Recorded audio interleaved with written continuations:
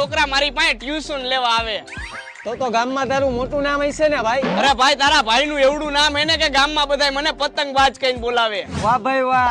તો તારાથી ગામના છોકરા બધાય બીતા હશે ને? અરે જ્યારે હું પતંગ ચગાવતો હોય ને તો છોકરાઓ તો હું એના બાપાએ પતંગ ચગાવવા ઉપર નું આવે. ભાઈ તું આટલા વર્ષથી આ પતંગ ઉડાડેસ તો ટોટલ દે કેટલા પતંગ આપ્યા? એલા મેં કોઈ દી એનો ટોટલ માર્યો નથી. જેમ માથામાં વાળ ગણ્યા ગણાતા નથી ને એમ મેં એટલા પતંગ કાપ્યા ને ઈ કોઈ દી ગણાતા નથી. વર્ષોથી એકની એક પતંગ ઉડાડું હું આ એકની એક. વાહ ભાઈ વાહ.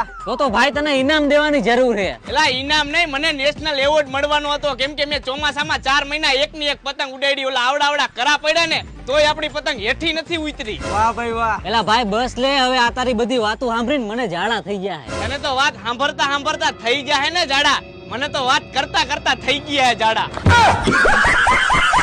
અલે ભાઈ પતંગ પકડ, હું જાતો આવું.